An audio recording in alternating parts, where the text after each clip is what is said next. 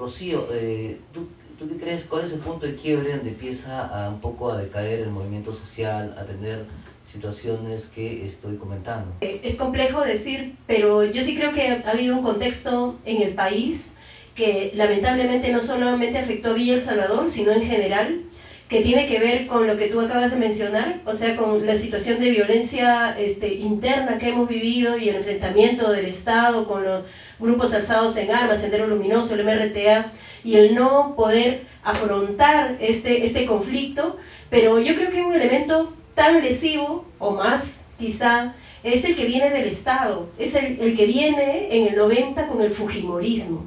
Yo creo que la década de Fujimori como presidente marcó un punto de quiebre en lo que significa las organizaciones sociales. Él desmanteló la organización social, la organización sindical, la organización política en el país. Y creo que eso tenemos que tenerlo muy claro. Y en Villa El Salvador, nadie me podrá decir lo contrario. O sea, las organizaciones de mujeres, o sea, se convirtieron a través del asistencialismo, el clientelaje y esta relación tan lesiva que se plantea desde el Estado a las mujeres, a los clubes de madres y a las organizaciones, que creo que hasta ahora vivimos las consecuencias, ¿no? Yo creo que a nivel de contexto estos fueron los dos elementos. Obviamente después podemos decir la crisis de los partidos, la izquierda, o sea, podemos decir muchas otras cosas, pero yo creo que estos dos elementos, el de la violencia y el del fujimorismo, la corrupción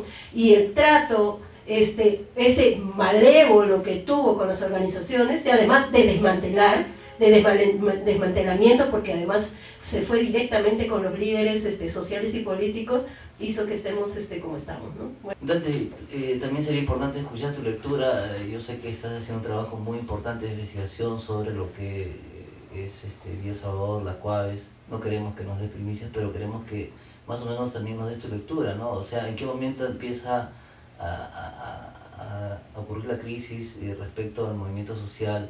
Y pues luego se plasmó, ¿no? Cuando se creó el municipio y empezamos pues a tener crisis también ya de representación, cuando Obras gana el municipio y luego pues quienes eran de izquierda se pasan a otros movimientos y han gobernado, y ahora pues tenemos gobiernos locales que no representan necesariamente a la mayoría, sino representan a sectores o grupos de poder, ¿no?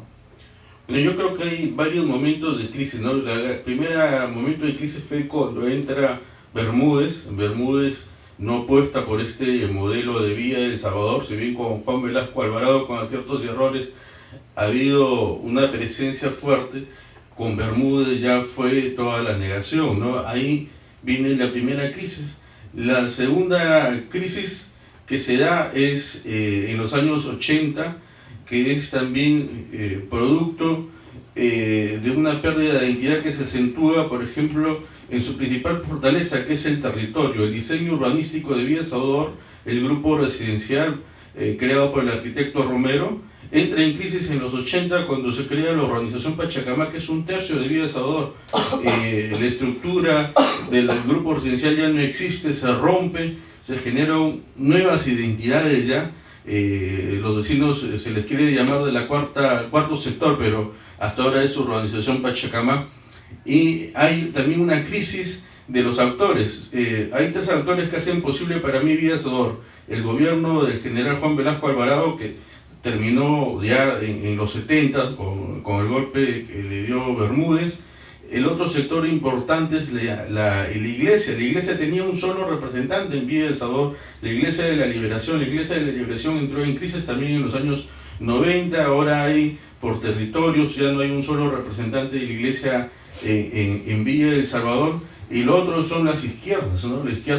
Las izquierdas entraron también en crisis. La Izquierda Unida, que fue su máxima expresión con Barrante, que fue gobierno de la Municipalidad de Lima Metropolitana, entró en una grave crisis. Entonces, cuando entra el fujimorismo, ya nos entra con una crisis muy fuerte en Villa El Salvador, ¿no? Por eso que no hay resistencia tampoco al fujimorismo. Bueno, vamos a ir a una breve pausa y vamos a continuar dialogando sobre presente y futuro de Villa El Salvador. Bueno, como habíamos dicho también, anunciado anteriormente, Joel Morales también tiene una lectura sobre un poco la crisis, en qué momento empieza a colapsar el movimiento social en Villa El Salvador. Joel, adelante. Sí, creo que a raíz de lo que Rocío, lo que Andes están contando, también coincidimos mucho, ¿no? Creo particularmente que para que se dé cualquier tipo de crisis, sea política, social o cualquier otra, hay un conjunto de factores, ¿no? No solamente confluye uno, ¿no? Creo que desde lo nacional, ya lo mencionaba primero Dante, ya esta venida del proyecto del gobierno de las Fuerzas Armadas, en este caso la segunda etapa con Bermúdez, creo que desde ahí se inició toda una política para derrumbar todos los procesos que había hecho el velasquismo, para bien o para mal, en todos lados, ¿no? En este caso el velasquismo tuvo mucha participación y mucho apoyo en Villa El Salvador, ¿no? Entonces, una de las cuestiones era tumbar también ese proyecto, ¿no? Por eso es que después la organización y tal, digamos, decrece un poco, ¿no? También algo muy importante que hay que mencionar, yo como militante también de izquierda hago la autocrítica, ¿no? Creo que también las fuerzas políticas de izquierda, que muchas de estas eran el sostén, también eran muchos los que participaban en estas organizaciones sociales, también y se vieron en pugnas también entre ellas mismas y de alguna manera debilitaron esta situación, ¿no? Hay otros factores a nivel tal vez más político, que es que en los 90, ¿no? Esta relación también utilitaria que se empezó a construir entre un vecino y entre el Estado, ¿no? Cosa que no pasaba antes, ¿no? Antes en Villa solo se vivía en comunidad, ¿no? Creo que esa cuestión utilitaria entre el Estado y la gente empezó a institucionalizarse, ¿no? Y otra cuestión importante es que en el contexto que nos agarró el tema de la participación de Sendero y el MRTA, esa arremetida para descabezar el movimiento social, porque fue muy duro, dirigentes vecinales, barriales, muchos dirigentes muertos hoy anónimos, muchos no recuerdan sus nombres, pero que dieron su vida. Entonces también en ese contexto no se pudo dar un cambio generacional también en las dirigencias vecinales, que eso también contribuyó en algo a que las organizaciones también de base, organizaciones sociales, se debilitaran. Hoy, en esta nueva etapa de Villa El Salvador, en el presente y en el futuro, tenemos el reto de empezar a organizar a estos sectores sociales y empezar a entender y a redefinir qué tipo de organizaciones sociales tenemos ahora, ¿no? En los años 80, fines de los 70, eran organizaciones sociales que luchaban por ciertas demandas, muchas de ellas eran organizaciones sociales muy políticas, ¿no? Hoy tal vez las organizaciones sociales no están tan partidarizadas, tan politizadas, tal vez están por otra vía, por el ámbito tal vez cultural. Entonces, en base a ello hay que empezar a redefinir, ¿no? Una nueva experiencia, un nuevo proyecto en Villa El Salvador, ¿no?